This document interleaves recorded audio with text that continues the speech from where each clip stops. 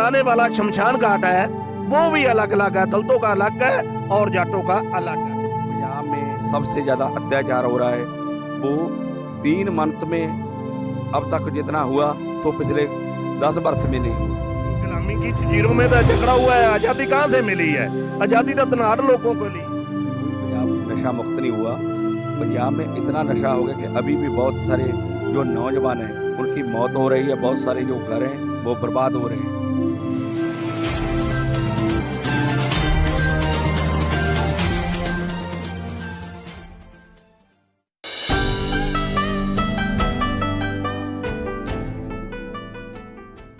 नमस्कार, आप देख रहे हैं एनबी न्यूज़ 24/7 नीलम बोध के साथ। साथियों, आज हम राजस्थान के जयपुर में, जहां पर कि गुजरात से एक यात्रा शुरू होती है और वो यात्रा पिछले 1 अगस्त से शुरू लेकर कल उसका समापन होगा 8 अगस्त को। लेकिन आज मेरे साथ में यहाँ पर दूर दराज से चलकर आए हुए बहुत लोग हैं, अलग अलग राज्यों से आए हैं। लेकिन अभी वर्तमान में जो साथी मेरे साथ खड़े हैं उन्हीं से चर्चा करना चाहूँगी। भाई साहब, नाम क्या है?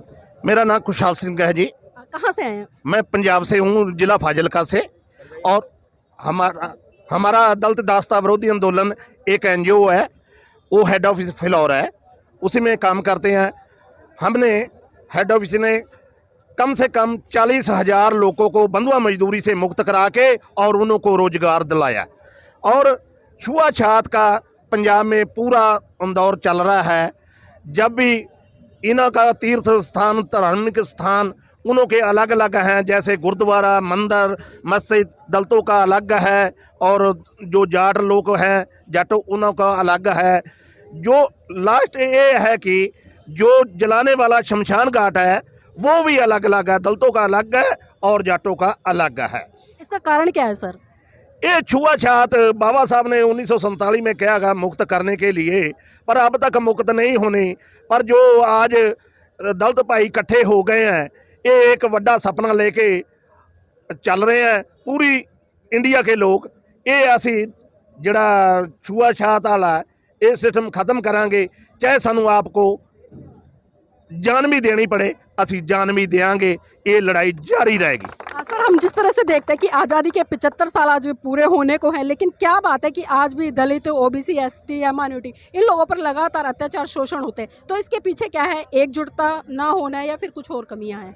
ये एक तो जो दलित हैं इन्हों के पास रहने खाने पीने की व्यवस्था नहीं होती।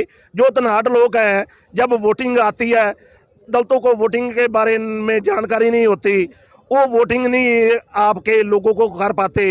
एक तो स्कूल में पिछड़े हुआ है, इसको पढ़ाई नहीं कर लेते क्योंकि उसका जो बंधुआ मजदूर पंजाब में है, दादा आया, दादे से पिता आया, पिता से बेटा आया, वो उन्हों की मजदूरी करता रहता है और 5-7 हज़ार रुपये में माता गोहा कूड़े का काम करती है। उसका पीढ़ी दर पीढ़ी बंधुआ मजदूरी से आ रही है। पर नौजवान अब बाहर निकले हैं पढ़ लिख के, वो बंधुआ मजदूरी भी खत्म करेंगे और छुआछात भी खत्म करेंगे। जो भी लड़ाई लड़ना है अपना हक लेके रहेंगे। मतलब अपना हक लेके रहेंगे। आज जिस तरह से हम देख रहे हैं पूरे देश में जो 75 साल होने जा रहे हैं उसका अमृत महोत्सव मना रहे हैं आज़ादी का, तो क्या लगता है कि सही रूप में आज एक बहुत बड़ा वर्ग है उसको आज़ादी मिली है या आज भी कहीं ना कहीं गुलामी की जंजीरों में जकड़ा हुआ है? नहीं, गुलामी की जंजीरों में तो जकड़ा हुआ है। आज़ादी कहाँ से मिली है? आज़ादी तो धनाढ़ लोगों को ली है। हमको खाने के लिए तो पैसा चाहिए, बाथरूम लैटरिन के लिए भी पैसा देना पड़ता है। ये भी सरकार को देखना है ना, भी घर घर में फ्लैश होना चाहिए, रहना, मकान, जुल्ली कुल्ली, तीनों चीज़ों सरकार की जिम्मेवारी है। कोई दलित समाज है तो उसको देनी चाहिए सरकार को जो सहूलत मिलती है। इन्हों के अपने पेट में ही चला जाता है, दलितों को कुछ नहीं मिल रहा। लेकिन जिस तरह से लगातार मोदी जी दावा करते हैं कि हमने पूरे भारत देश में जो चल रहे हैं उनका बहुत बड़े स्तर पर निर्माण किया है, वो अपने जो नज़दीकी हैं, जो उन्होंने कैंडिडेट हैं, उनको नज़दीकी के बनाते हैं पर दलितों का नहीं। सर, एक बात और जानना चाहूँगी। जिस तरह से अभी पंजाब में हमने देखा आम आदमी पार्टी की सरकार बनी है और जिस तरह से वहाँ पर जो भगवंत मान जी है वो बाबा साहब की बात करें, बाबा साहब को लेके चल रहे हैं और भगत सिंह को लेके चल रहे हैं, तो क्या लगता है इनकी फोटो को लेकर चलना है और इनके विचारों को लेकर चलना, दोनों में कितना फर्क है? साथ देंगे जी, मैं जगसीर सिंह पंजाब से हूँ और हमारा संगठन है दलित दास्ता विरोधी आंदोलन। अगर आप लोग अभी पंजाब की बात कर रहे हैं आम आदमी पार्टी की, मैं बताना चाहता हूँ कि सबसे ज़्यादा जो आम आदमी को वोट दिया है तो वो दलित समाज ने दिया है। वो दलित समाज ने इसलिए दिया है कि बदलाव आएगा, हमारे बच्चे शिक्षा फ्री करेंगे और नौकरी मिलेगी और हमें बराबरता का अधिकार मिलेगा, लेकिन उससे उल्ट हुआ है। बदलाव आया तो है, आरक्षण मुक्त पंजाब कर रहे हैं। इसीलिए मैं आपको बता रहा हूँ, लेकिन यह भी अब पंजाब में सबसे ज़्यादा अत्याचार हो रहा है। वो 3 मंथ में अब तक जितना हुआ तो पिछले 10 वर्ष में नहीं हुआ होगा। आज वहाँ पे कोई यहाँ तक हो गया कि जो सरकार का न्यूनतम वेतन तय किया जाता है, वो कोई मजदूर अपना मांगने जाता है, संगठित होकर मांगना चाहता है, तो उसका गांव में सोशल बाइकाट हो रहा है। ये अभी संगरूर और मानसा के बहुत सारे गांव में हुआ है। तो अभी ये भगवंत मान सरकार की जो बनने के बाद हुआ है, तो मुझे लग रहा है ये कोई ऐसा बदलाव नहीं आया वहाँ पे जो लोग चाहते थे। लेकिन सिर्फ जो पहले वहाँ पे जैसे जहाँ अलग तरह का मैटर है, वहाँ जट जो हैं पंजाब के जट से वो ऐसे गरीबों को दबा के रखते हैं। इसीलिए उन्हीं की सरकार है। जहाँ तक कि जो लेबर मिनिस्टर बना है वो भी एक जट कम्युनिटी से बनी है, जो लेबर के बारे में बिल्कुल ही नहीं जानती।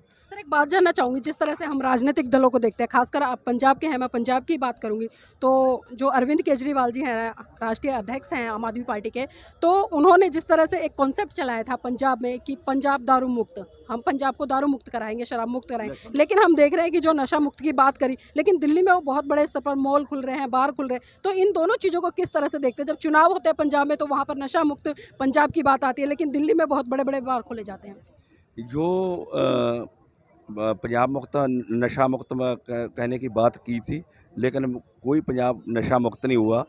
पंजाब में इतना नशा हो गया कि अभी भी बहुत सारे जो नौजवान हैं उनकी मौत हो रही है, बहुत सारे जो घर हैं वो बर्बाद हो रहे हैं।